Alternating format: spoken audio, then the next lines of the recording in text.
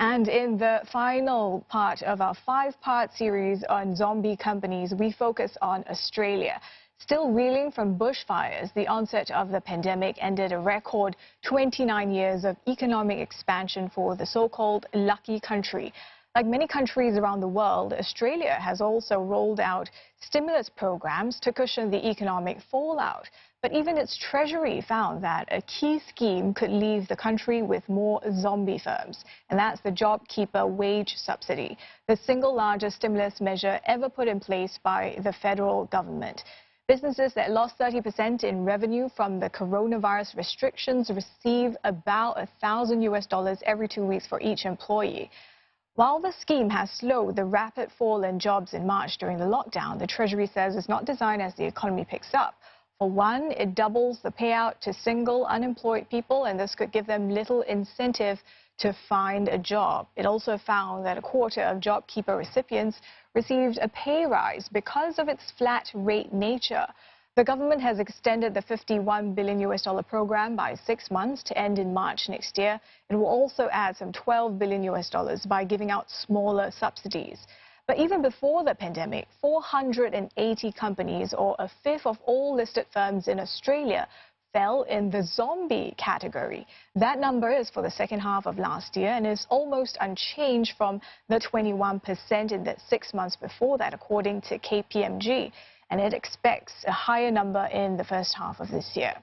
More relaxed bankruptcy laws could also mean more zombie companies are in the making. The Morrison government made temporary changes to bankruptcy laws, and one allows debtors 6 months instead of 21 days to respond to a bankruptcy notice.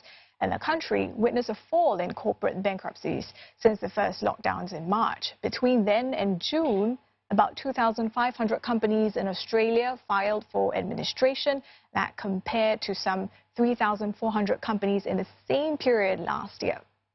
Let's bring in Patrick Coghlan. He's Chief Executive Officer at Creditor Watch.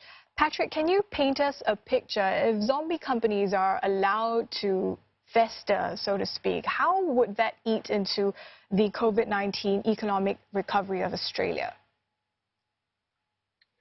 Unfortunately, what we're seeing is these zombie companies are taking up valuable resources in the form of funds, both from the government, but also putting extra pressure on the banking system as the banks allow them to defer their loans. So ultimately, what that means is we're throwing good money at bad businesses that don't have a future. So we need to try to eliminate them as quickly as possible. What is the shorter-term consequence on jobs?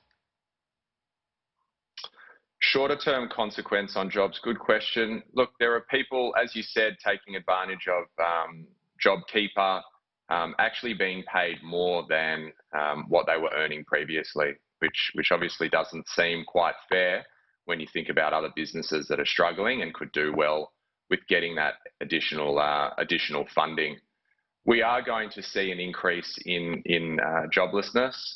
The government has looked at that, and they believe it will peak, around that sort of 10% mark in December. So that's definitely going to happen.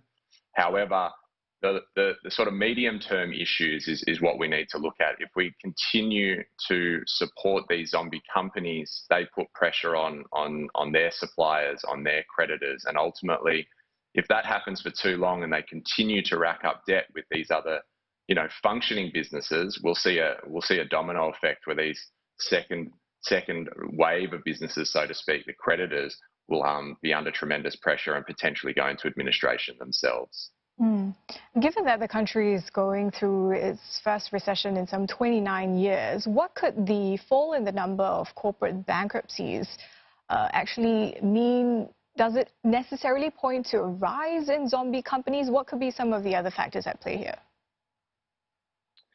Look, really, it's quite easy to compare, as you've done earlier, between March and June 2019 versus March, June 2020.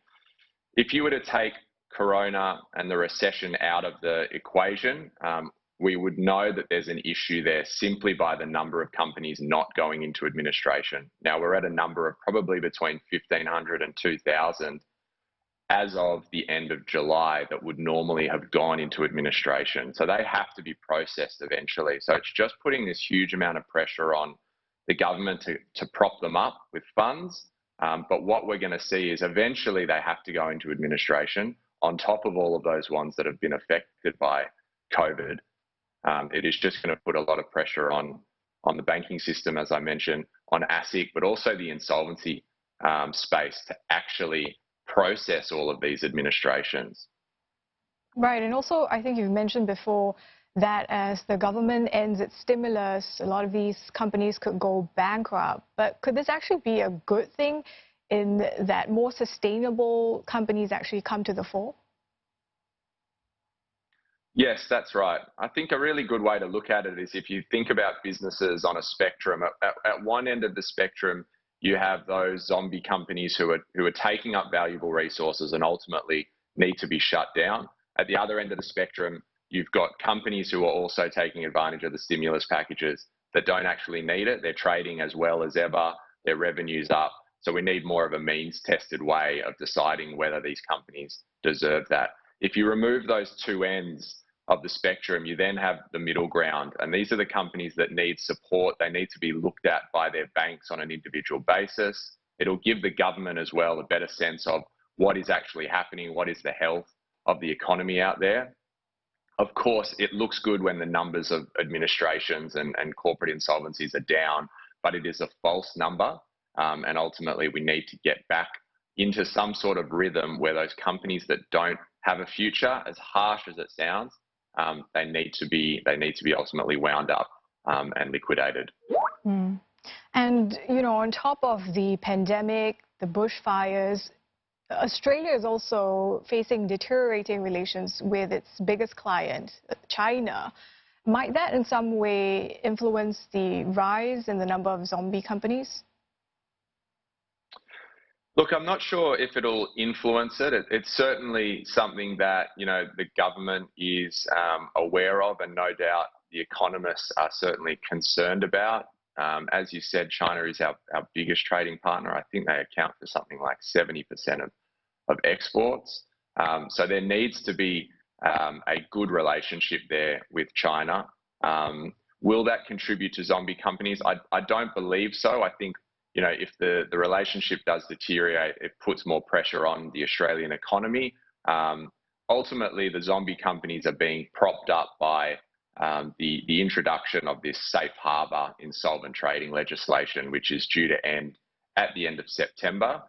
If that is extended, that is ultimately what will continue to allow these zombie businesses to thrive. Okay, with, you know, some parts of the country in lockdown still, are there particular sectors that we should be looking at that are more vulnerable to this issue?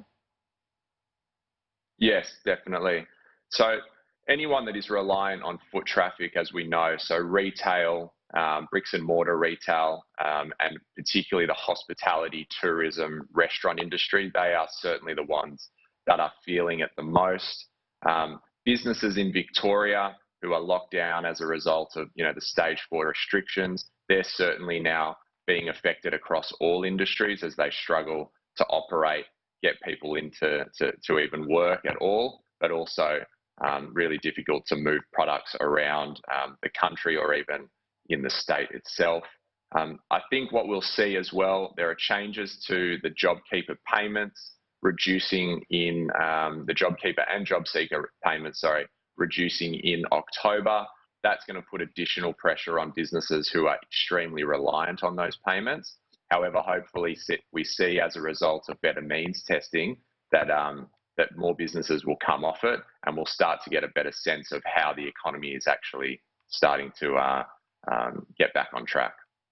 Patrick, thank you very much for sharing your insights with us. Patrick Coghlan, CEO, Creditor Watch, Thanks for having me. speaking to us from Sydney this morning.